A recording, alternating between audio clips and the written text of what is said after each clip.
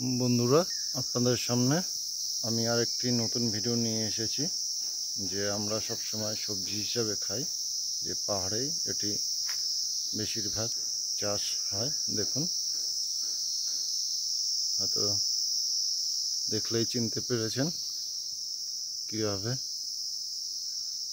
ঝাঙের মাধ্যমে এই সবজি চাষ করছে এখানকার।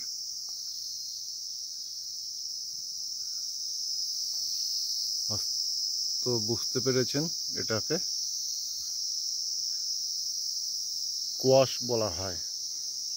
এই কোয়াশ আমরা সবাই সবজি হিসাবে এবং আচারে এই সব ফল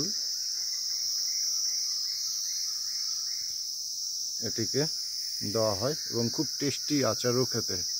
দেখুন, মিক্সচার আচার আর নানান ধরনের। এটি দামে খুব সস্তা। দেখুন কত সুন্দর, একদম কাছে থেকে আপনাদের সামনে তুলে ধরলাম। নিচেও আপনারা দেখতে পেরেছেন। এটাই সাধারণত শীতকালে বেশি, শীতের ইয়াতেই হয়। অক্টোবর দিকে গাছ লাগালে 6 মাস থেকে 7 মাস এই ফলটি পাওয়া যায়।